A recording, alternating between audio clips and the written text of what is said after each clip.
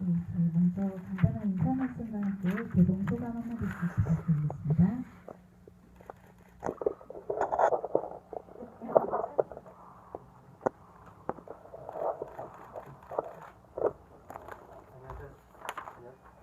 안녕하세요. 안녕하세요. 저 데니얼 플레이스 감독 엘비슨입니다. 한국말이 좀 부족해서 좀 죄송한데요. 그래도 열심히 해보겠습니다. 한국말 한번 해보도록 하겠고요. 재밌게 오늘 와서 영화 보고 되게 thank you very much. 네, 안녕하세요. 저 엄마 역할 맡은 김희연입니다. 한국에서 이 영화 못 볼 줄 알았는데 이렇게 보게 돼서 너무 감사하고 이렇게 자리해주신 분들 너무 감사합니다. 네, 안녕하세요. 도시에서 온 여자역 맡은 윤다경입니다. 아까 마찬가지로 저는 한국에서 개봉될 거라고 생각도 못했는데요. 정말 좀 기적을 많이 불러오는 영화인 것 같아요. 그래서 더욱더 감사함이 많은 그런 시간이네요. 감사합니다. 와주셔서. 안녕하세요. 저는 소녀 역할을 맡은 안지혜라고 합니다. 저에게는 첫 작품이니 만큼 정말 큰 의미가 있는 자리인데요. 이렇게 와주셔서 정말 감사합니다.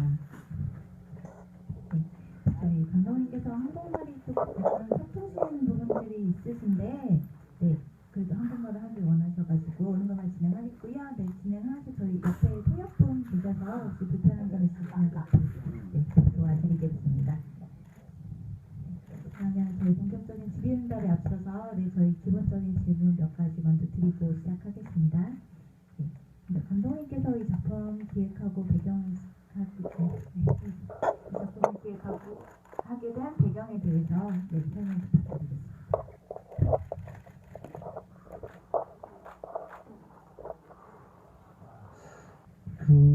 제가 제가 캐나다에서 태어났고요. 아직까지는 캐나다에서 영화를 막 작업을 하고 많이 하셨는데 옛날부터 부모님은 되게 한국 집에서 제가 grow-up해서 좀 그쪽도 제가 좀 investigating을 했으면 좋겠다고 생각해서 계속 언제나 와서 한국에 와서 영화를 찍어야 된다고 생각이 좀 깊이 있어서요. 그때부터 제가 이 농장을 찾고 나서 스토리 아이디어가 좀 신기하게 듣게 좀 그래서 그렇게 하게 돼서 제가 영화를 오래 고생하면서 쓰게 됐어요. 그 스토리는 좀 제가 한국에 와서 식당에서 밥을 먹고 있는데요. 그때 제가 스토리를 앉아서 밥을 먹고 있는데 옆에서 가족끼리 좀 이렇게 싸우는 걸 제가 듣고선 거기서 무슨 가족에 있는 여자애가 임신됐다고 했는데 지방의 패밀리가 받는 안 믿고 있었던 것 같아요. 그래서 이렇게 싸우고 있는 거를 제가 듣고선 좀 신기하다고 생각을 했는데 그거 생각하다가 제가 캐나다에서 있을 때도 그때도 어떤 사람들은 정말 이렇게 이 사람들의 정말 아들 딸 아니다 뭐 그런 루머스 같은 것도 많이 듣는 걸로 제가 기억이 나서 그런 생각이 와서 이 스토리가 좀 아이디어가 처음 생각이 온 거예요. 거기에서 오랫동안 쓰고 한국에 와서 제가 뭐 사람들하고 인터뷰도 하고 뭐 그렇게 하다가 이렇게 나온 겁니다. 감독님께서 한국의 정리해서 말씀드리자면 한국의 이제 한 레스토랑에서 한 가족의 이야기를 듣고 그 가족들이 이제 그 가족에게서 자취를 감춘 한 여성에 대해서 이야기하는 걸 듣고 아무래도 그 이야기에 흥미를 가지셨고 그리고 이제 캐나다와 좀 어렸을 때부터 들어왔던 또 비밀 입양에 대해서 들으셨던 이야기를 연결을 해서 이번 작품 만들게 되셨다는 거고요. 그리고 저희 배우분들께서 참 쉽지 않은 영화이기도 한데 처음 이 시나리오를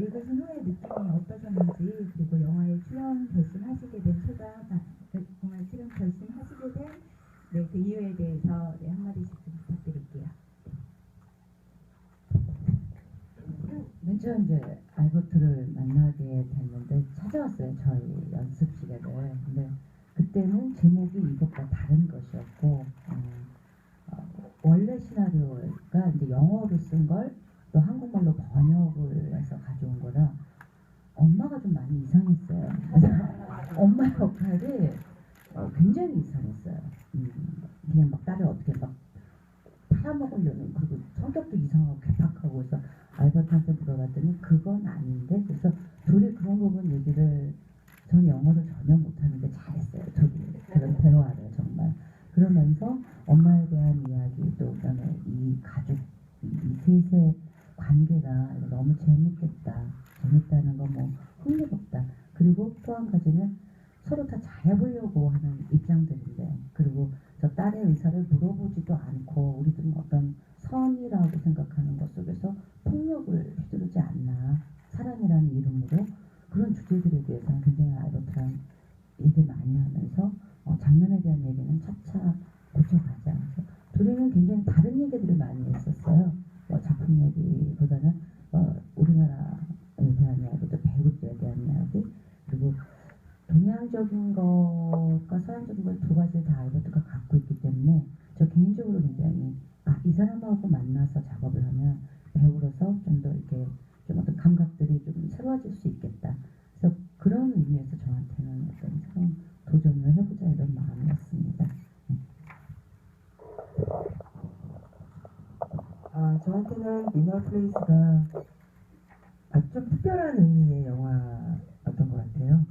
그러니까 제가 2012년도에 저는 좀 이상한 병에 좀 걸려가지고요. 그 피부가 되게 다 몸 전체가 다 뒤집어지는 좀 이상한 병에 걸려서 병원을 막 점점 궁금하고 있을 때였어요. 그래서 사실은 배우 활동이 좀 어려울 정도로 되게 힘든 상황이었는데 한 4월 정도쯤에 알버트 신 감독님이 만나고 싶다는 연락이 왔고 저는 이제 못 만난다고 그랬어요. 제가 활동할 수가 없다. 막 긁고 있었거든요. 맨날. 그래서 거의 집 밖에도 못 나가고 병원 가면 뭐 면역력이 떨어져서 그렇다. 뭐 이유는 잘 모르겠다. 그래서 아무튼 거의 이렇게 창살 없는 감옥처럼 그렇게 지내고 있었는데 5월 정도에 다시 저한테 시나리오를 보내오셨어요. 그 시나리오를 봤을 때 그때 제목은 이제 여자, 소녀, 엄마였어요. 근데 시나리오를 보는데 각 인물이 갖고 있는 그 관점에 따라서 어떤 것은 그 사람한테 그것이 너무나 폭력적인 게 될 수 있고, 그러니까 누군가의 어떤 선한 행동이 한 사람한테 있어서는 그것이 폭력이 될 수 있고, 그런 어떤 관점에 따라서 이야기가 전개되는 것이 너무너무 흥미로웠어요. 그리고 어떤 우리가 그 사람한테 있어서 최선이라는 것이 과연 무엇일까?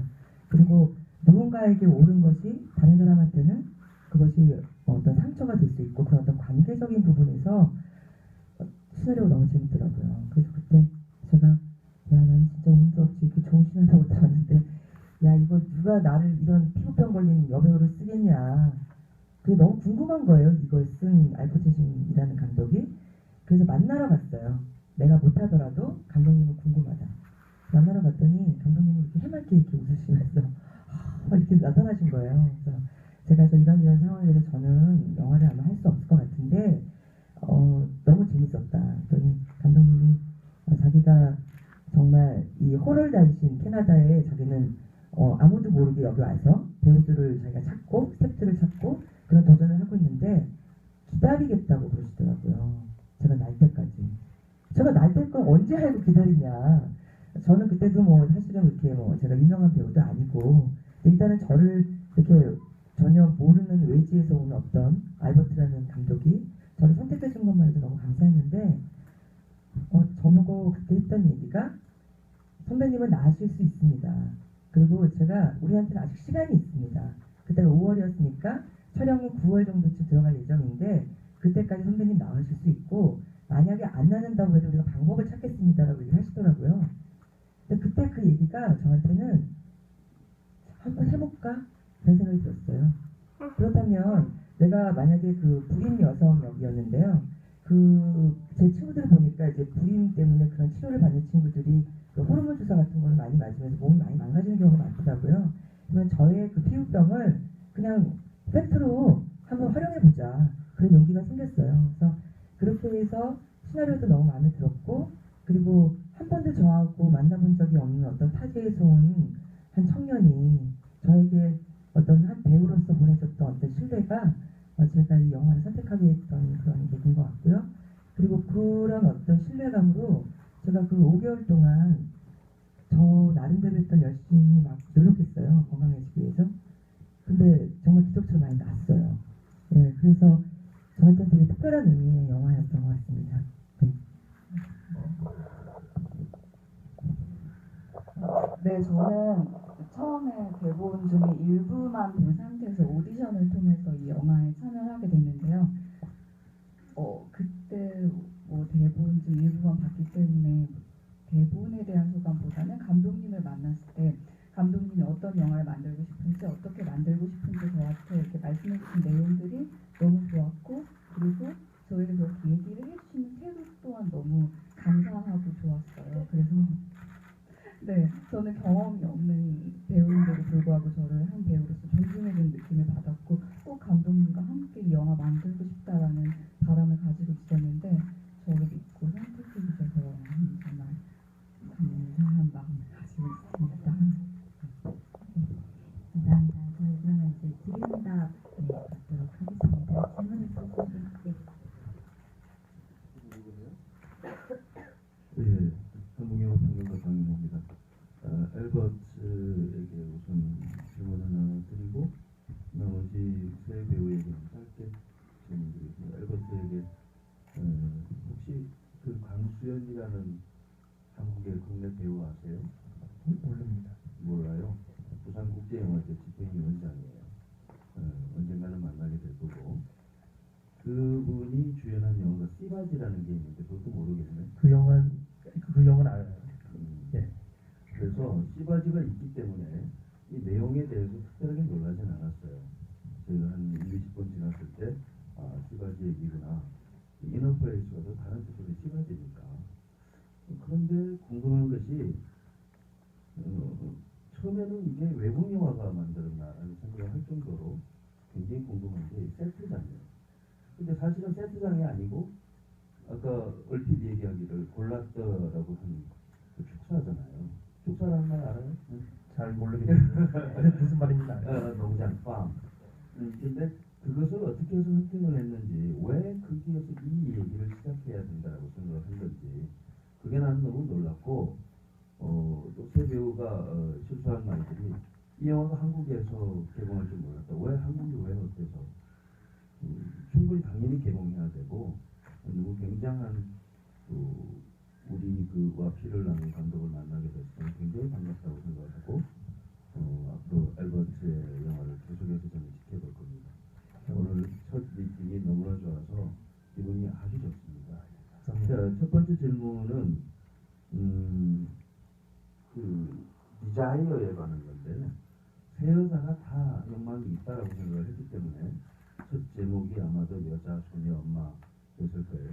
근데 그 셋 중에 누구의 욕망이 가장 제일 크다고 생각해요? 예, 무슨 말인지 알았어요. 한번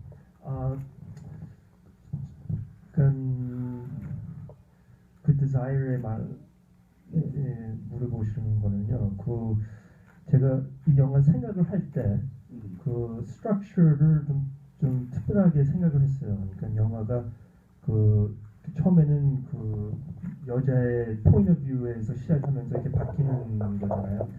그러니까 그거를 생각을 하면서 제가 그 디자이어를 어떻게든지 좀 이꾸하게 만들려고 하는 거로 제가 노력을 많이 했어요. 시나리오 쓸 때부터 그 누가 맞는 사람가 있고 틀린 사람가 있든지 뭐 그런 거보다도 그냥 누구 눈에 볼 때는 그 사람 편을 볼 수 있다고 하는 느낌으로 제가 그런 거를 했어요. 근데 제가 쓸 때도 그러니까 누구 편을 내가 더 디자이어를 더 세게 보면 또 영화 쓸 때 찍을 때 뭐 편집할 때도 그 밸런스가 안 맞을 것 같아서 제가 어떻게 하든지 제가 뉴트럴하게 생각을 하도록 해봤어요.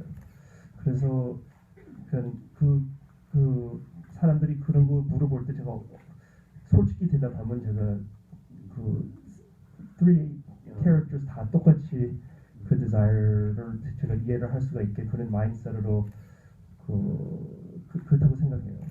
하고 우리 현장 그 로케이션 농장은 그 농장이 저 작은 어머니 작은 아버지 그 농장이에요. 옛날 제가 한국에 여름 때 왔을 때 많이 거기서 노는 거를 기억나고 영화에 나오는 것처럼 그때는 목장이었는데요. 소들도 몇백 마리도 있고 뭐 그런 거에 제가 되게 그 행복한 기억이 많이 있어서요. 근데 언제나 한 십몇 년 전부터 그걸 그만두고 그냥 그 농장 그냥 그런 상태로 놔두고 그냥 예. 그래서 제가 그 로케이션이 남아 있어서 제가 거기에 꼭 찍고 싶은 생각이 있었어요. 그러니까 그 시나리오 쓸 때부터도 그 로케이션을 생각하면서 썼으니까 또 그것도 많이 저한테 많이 도움이 됐던 것 같아요. 그럼 영화가 거의 보면 원 로케이션이지만 그래도 어떻게든지 잘 쓰려고 생각을 그런 로케이션 헌팅하려고 했으면 못했을 것 같아요. 근데 그 로케이션 있는 거 알고서 조금 좀 컨피던스가 좀 있었죠. 하고 그 시바지 퀘스천도 제가 처음 이 아이디어 생각했을 때 처음은 제 부모님한테를 얘기를 했었어요. 그냥 이런 아이디어가 있다. 근데 바로 말한 말이 그 시바지라고 하는 영화가 되게 유명한 영화가 있다고 한번 꼭 보라고 그런 말이 왔었어요. 어머니한테서. 그래서 제가 좀 헌팅하다가 찾았어요. 캐나다에서 좀 찾기 힘든 영화지만 제가 찾고 봤는데 그러니까 그 내용도 비슷하고 뭐 그런 것도 있지만 저는 그런 거를 생각 안 하고 그냥 from my perspective 생각으로 좀 어떻게 해보면 어떻게 될까 그런 생각으로 제가 너무 그거에 신경을 안 쓰고 그냥 해봤어요. 예.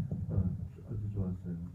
너무 내추럴해서 좋았어요. 예. 고마웠고 이제 세 여자분에게 질문 드리겠습니다. 우선 어머니에게 질문을 드리면 세 여성들이 다 자기 욕심들이 있어요. 그죠? 좀 전에 이제 우리 엘버트는 그것을 디자이어라고 얘기를 했고 저도 그렇게 받아들이고 있습니다만 첫 번째 드리는 어머니에게 드리는 세 여자 가운데서 누가 제일 욕심이 자기 욕심이 제일 강했던가요? 그래서 이 비극을 불러오게 된 거라고 생각하나요? 그다음 그 답변 준비하시는 동안에 두 번째는 이 영화 속에는 세 여자도 등장하지만 네 남자가 등장을 합니다. 네 남자가 보기도 모르게 한국에서는 남자들 그렇게 안 그리는데 에버트의 시각이 아마 본인이 마음이 그렇게 착해서 그런지 네 남자가 다 착해요. 경찰도 그렇고 그 옆에 와서 강간이나 할 함직한 그 운전사도 그렇고 또 누구죠? 산부인과 의사도 굉장히 인술로서 이렇게 산부인과에서 조금 그렇긴 하지만 그다음에 그 어린아이도 무슨 어떤 조치를 취했는지 모르겠지만 걔도 순순히 좋아하는 여자가 물러난 것 같은데 그런 것. 내 남자 가운데 누가 제일 착했고 왜 그렇게 생각한다. 그거 생각해 주시고 마지막에는 어른들이 하는 미국에서 오신 두 분이 성생활을 하시는 것을 옆에서 이렇게 듣잖아요. 그거는 무슨 생각으로 듣고 있었고 혹시 감독의 지시가 없이 그 연기할 때는 무슨 생각을 하고 있었어요? 본인이 아이를 그 남자 좋아하는 남자하고 가진 게 아니라 정자만 받으신 거잖아요 몸속에. 그렇지 않나요? 아닌가요? 고등학생 남자의 아이예요. 그러면 저는 또 한 차원 높게 또 영화를 봤는데 그럼 또 얘기가 달라지는데 어쨌든 그 장면에 그 캐릭터 구성을 어떻게 하셨는지 질문 좀 주세요. 잘 봤습니다. 감사합니다. 일단 저는 세 명 다가 뭐 아까 말씀한 그 용마의 색깔이 다 다르지만 저는 개인적으로 그러니까 제가 엄마 입장이잖아요. 엄마 역할 입장에서는 표피적으로 드러나는 건 이 여자 운명이 가장 확대되게 느껴져요. 겉으로 드러나기에는. 왜냐하면 자기 신한테 없는 걸 다른 물질적인 걸로 가져가려고 하는 존재로 제 눈에는 비춰져요. 얘기지만 사실 저는 모든 여자들이 혹은 그 여자이면서 엄마인 사람들이 범하는 우가 내 자식에 관한 욕망인 것 같아요. 내가 이 삶을 내가 정말 짓고 내가 좋은 쪽으로 걸어. 이건 잘못된 욕망인 것 같은데 그런 쪽에서는 제 또 엄마의 욕망.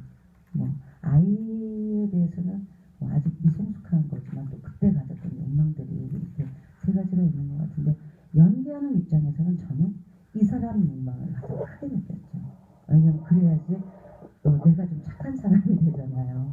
저쪽 욕망, 과대한 욕망을 가진 사람한테 나는 약자고 내가 비율을 맞춰주면서 나의 소극적 욕망, 그 다음에 저는 또 미화시키고 있잖아요. 엄마는 딸의 행복을 위한 걸로 욕망을 이렇게 좀 뭐랄까 포장을 하는 것 같은 생각이 들어서 제 입장에서는 이 여자의 욕망이 확대돼서 느껴졌다고 생각합니다.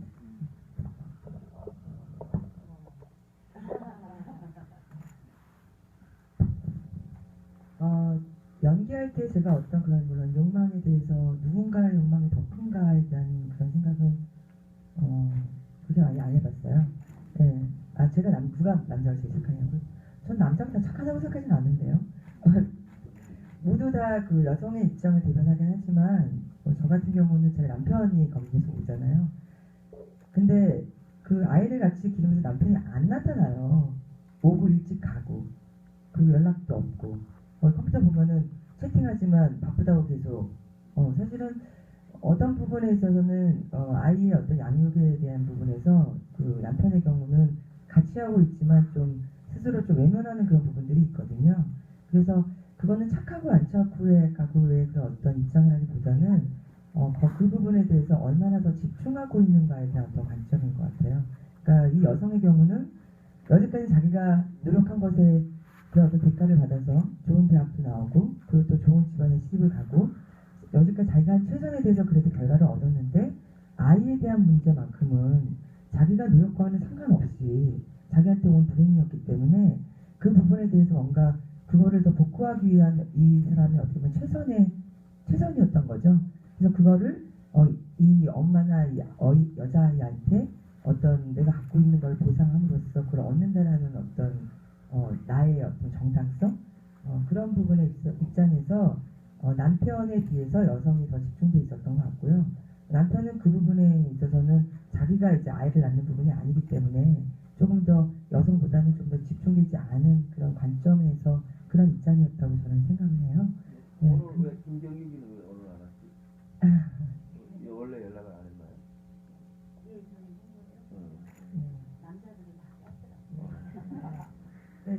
저희가 영화 찍을 때 어떤 남성이 뭐 드러나게 어떤 폭력을 향한다든지 그런 건 안 했고요. 그냥 되게 삶에서도 일상적으로 보여줄 수 있는 그런 모습 속에서 그런 관점 속에서 여러 다각적으로 좀 이해될 수 있는 그런 관점으로 영화를 접근했습니다. 네, 저에게 주신 질문에 대해서 제가 대답하자면 저는 그냥 그 앞에 있을 때 어른의 세계 그 벽 앞에 앉아 있다고 생각했어요. 근데 그 어른이라는 존재가 저에게는 크게는 엄마와 여자가 있는데 이 여자는 저에게 되게 복잡한 어떤 존재라고 생각을 했거든요. 어떤 면에서는 저를 억압하고 그 제가 절대 닿을 수 없고 굉장히 어렵고 저와 완전히 다른 제가 상상할 수 없는 어쩌면 동경하는 그런 세계에서 왔지만은 또 한편으로 보면 동경하는 세계에서 왔고 또 제가 가지지 못한 것들을 다 가졌고 제가 지금 이 아이를 어쩌지 못하는 거에 반해서 이 여자는 이거를 가지려고 하고 있고 또 돈도 가지고 있고 또 어쩔 때는 엄마한테 제가 혼날 때 조금 저를 보호해 주는 것 같기도 한 느낌이 들고요. 그래서 뭐랄까 제 입장에서 생각했을 때는 이 여자가 하는 모든 것들이 갖고 싶기도 하고 또 한편으로 믿기도 하고 제가 어떻게 하면은 닿을 수 있는 가까운 곳이지만 절대 닿을 수 없는 어떤 벽 앞에 있다는 그런 느낌을 받았거든요. 근데 그거는 그냥 밑에 깔려 있는 거 그냥 그 앞에 있는 그 순간에는 그냥 그냥 그 지루한 일상에서 포르노를 마치 듣듯이 어떻게 보면은 그것을 막 성적으로 즐겼다기보다는 어떤 일탈처럼 그냥 그 자리에 가만히 북박이처럼 앉아 있으면서 들킬까 안 들킬까 그냥 그거를 뭐랄까 약간 즐겼다고 말하긴 뭐하지만 그냥 듣고 있었던 것 같습니다. 듣고 있었습니다. 죄송한데 저희가 40분부터 네, 다음 상영이 있어서 네, 지금 미용자분 이대로 맞춰야